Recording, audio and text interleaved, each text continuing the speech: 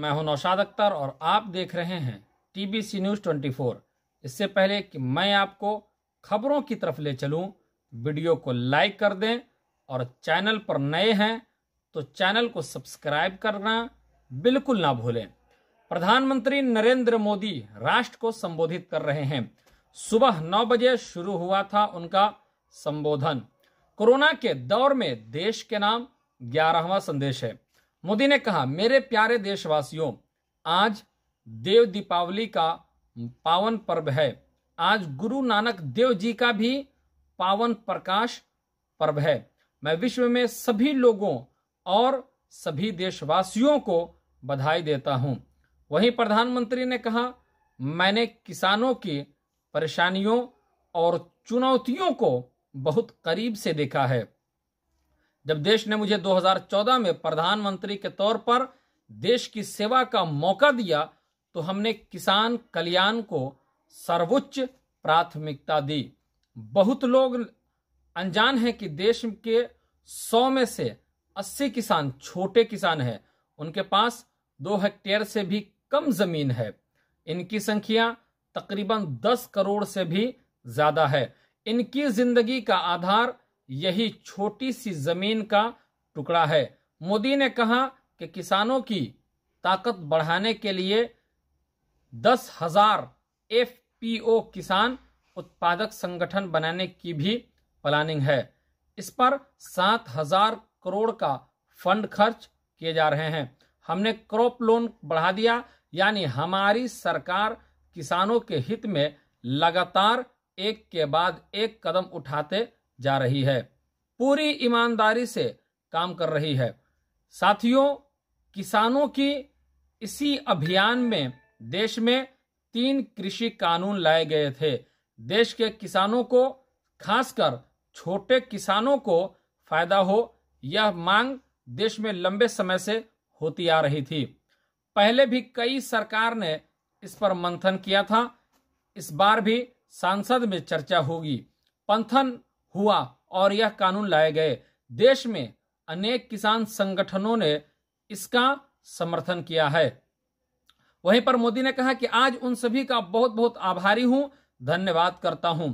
आइए देखते हैं कि पीएम मोदी ने किस तरह से तीनों कानूनों के बारे में कहा और क्या क्या कहा। आप हमारे साथ बने रहें और देखते रहें टीबीसी न्यूज़ 24। वीडियो पसंद आया तो लाइक कर दे और चैनल को सब्सक्राइब करना बिल्कुल ना भूले। आइए देखते हैं माननीय नरेंद्र मोदी ने क्या कहा किसानों के लिए और क्या कहा उन तीनों बिल के बारे में। साथियों, हमारी सरकार किसानों के कल्याण के लिए, खासकर छोटे किसानों के कल्याण के लिए, देश के कृषि जगत के हित में, देश के हित में, गांव गरीब के उज्जवल भविष्य के लिए पूरी सत्यनिष्ठा से, किसानों के प्रति पूर्ण समर्पण भाव से, नेक नियत से ये कानून लेकर आई थी। लेकिन इतनी पवित्र बात, पूर्ण रूप से शुद्ध किसानों के हित की बात, हम अपने प्रयासों के बावजूद कुछ किसानों को समझा नहीं पाए। भले ही किसानों का एक वर्ग ही विरोध कर रहा था, लेकिन फिर भी ये हमारे लिए महत्वपूर्ण था। कृषि अर्थशास्त्रियों ने, वैज्ञानिकों ने, प्रगतिशील किसानों ने भी उन्हें कृषि कानूनों के महत्व को समझाने का भरपूर प्रयास भी किया।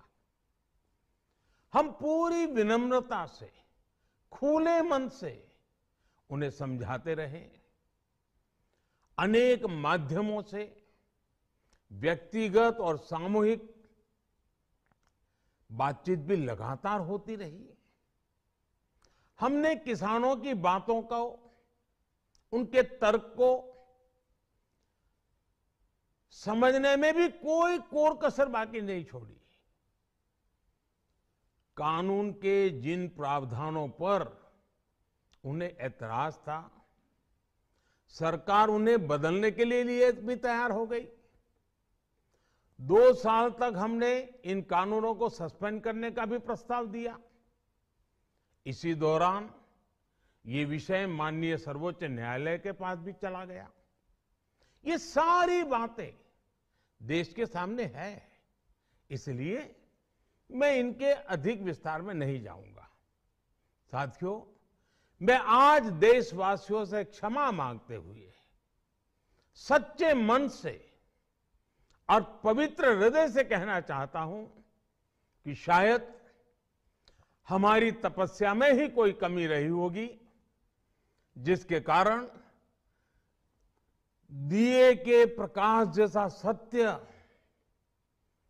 कुछ किसान भाइयों को हम समझा नहीं पाए। आज गुरु नानक देव जी का पवित्र प्रकाश पर्व है। ये समय किसी को भी दोष देने का नहीं है। आज मैं आपको, पूरे देश को ये बताने आया हूं कि हमने 3 कृषि कानूनों को वापस लेने का, रिपील करने का निर्णय लिया है। इस महीने के अंत में शुरू होने जा रहे संसद सत्र में, इसी महीने में, हम 3 कृषि कानूनों को रिपील करने की संवैधानिक प्रक्रिया को पूरा कर देंगे। साथियों, मैं आज अपने सभी आंदोलनरत किसान साथियों से आग्रह कर रहा हूं, आज गुरु पर्व का पवित्र दिन है। अब आप अपने अपने घर लौटे, अपने खेत में लौटे, अपने परिवार के बीच लौटे।